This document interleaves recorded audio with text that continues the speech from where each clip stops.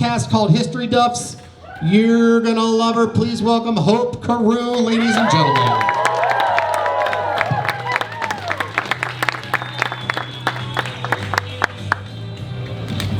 Hello. Man, I'm so happy to be here. This show is normally hosted by a married couple. I'm kind of disappointed that they're not here, but it's probably for the best because my entire set is about divorce. All right, raise your hands, maybe children of divorce in the house. Okay, you're cool, you're cool, you're cool, you're cool, you're cool. Everyone else, you guys had like one Christmas? That sucks. I cannot imagine that. Yeah, my parents are divorced. My parents are so divorced that sometimes I forget that they know each other.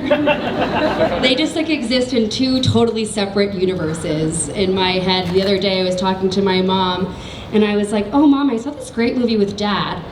Oh wait, you know dad, right? 5'9", salt and pepper hair, married the nanny. I think you guys met at my birthday party that one time? Yeah, Dad. Yeah, my dad did marry the nanny. When I say that, people assume that I had like a really dramatic childhood, which just couldn't be further from the truth. Because if you really think about it, my childhood was like exactly like The Sound of Music. But like without the singing. And if Julie Andrews fucked my dad. Yeah, it's okay, it's okay. We don't have to talk about that. In happier news, I recently joined the family business. A round of applause. Yes. I've become a nanny. But the kids I nanny are so annoying. They're always like, Hope, wake up. Hope, stop texting and driving. It's like, oh my God, grow up already. What the hell? Yeah, people find out that I'm a nanny and a comedian and they just like automatically assume that that means I have to have a rich dad who's like paying all of my bills and like bankrolling my lifestyle. And I really take offense to that because I do not have a rich dad, okay? I have 3 rich stepdads, and it is a very different dynamic. Okay, I have to hustle for those handouts. Because rich dads give you things because they love you. Rich stepdads give you things because they want to fuck your mom. And as the youngest child, I'm kind of like the gatekeeper to my mom's pussy. You know, like I've been bribed a lot in my day, which is really fun, because you can't buy my love, but they don't know that. So fun to let them try. So fun to let them try. No, I'm just kidding. I don't have 3 stepdads. That would be crazy. One of them is dead. And the other one is dead to me. My mom's most recent husband, the current one, best and brightest, he is a race car driver. Yeah, we're talking Formula 1, okay? None of that NASCAR shit. My brother and I were so proud of my mom when she married this race car driver. Because like, we always knew that we had a hot mom, but we had no idea that she was pro athlete's second wife hot. I mean, what an accomplishment. Single moms can do anything. Yeah, no, my stepdad is a race car driver, as is his son, pretty much carbon copies of each other. I grew up in a very sex-positive household, if you can't tell with all my jokes.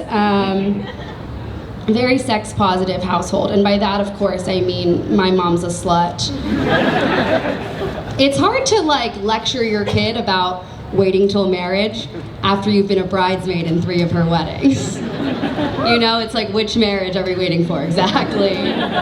Which one is it? Speaking of weddings, my cousin just got married. Yes, yes. He got married like the week that Roe v. Wade was overturned. And I was like, that is just so insensitive, you know? I'm not getting married until every fetus can get married. That's just my political, that's my political belief. How was everyone's pandemic? Woo, yeah, okay, mine was not good. Not good. I got diagnosed with a rare immune disorder called hypogammaglobulinemia in March of 2020, which was some pretty cool timing on my part. But the good news is I have a really strong email password now. I told it to all of you and you still can't get in, okay? Very hard to spell. Yeah, I was diagnosed during the pandemic, which was like shocking, but honestly it wasn't a surprise because the CDC has been tracking me since I was 6 months old. So it's kind of like, about time. When I was a baby, I just like couldn't stop catching tropical parasites. Which was very impressive at the time because I'm from Cincinnati. How does she do it? It's a disease. Turns out it's a disease. So right when you guys were like getting very into your like quarantine hobbies, you guys were like baking bread, I was learning how to give myself plasma infusions at home because I was too immune compromised to go to the hospital. So just kind of not the needlework I was looking to get into. No, it really wasn't. And I'm a lot better now, but my illness definitely really affected me. I started struggling with body dysmorphia in a way that I never have before, which I feel like is probably pretty common for anyone going through a health crisis, especially when you're like injecting your own medication. You know, it's like you're the nurse, you're the doctor, you're both. You're sexy, you're not.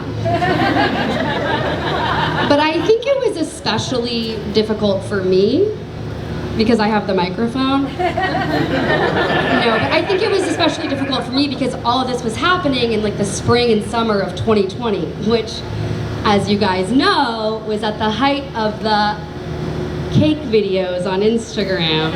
You know what I'm talking about? The is it cake videos where it's like, this is a battery, and then, nope, it's a cake. This is a chair, actually, it's a cake. I was like putting needles into myself, like, am I a cake? I still don't know. I still don't know. All of my friends are gay except for me. I don't know if that's relatable. It's probably because I was a theater major. But I had 2 straight friends left, and they both came out as lesbians over the pandemic. And oh my God, I am so happy for them. I am so happy for them. But it's like my childhood best friend and my college best friend have now become best friends with each other. And now I'm like at home dog sitting for them while they're at Pride, and I'm like so happy for them.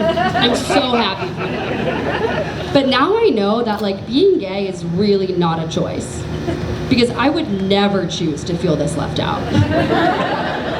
All right, thanks everyone. I'm Hope Carew.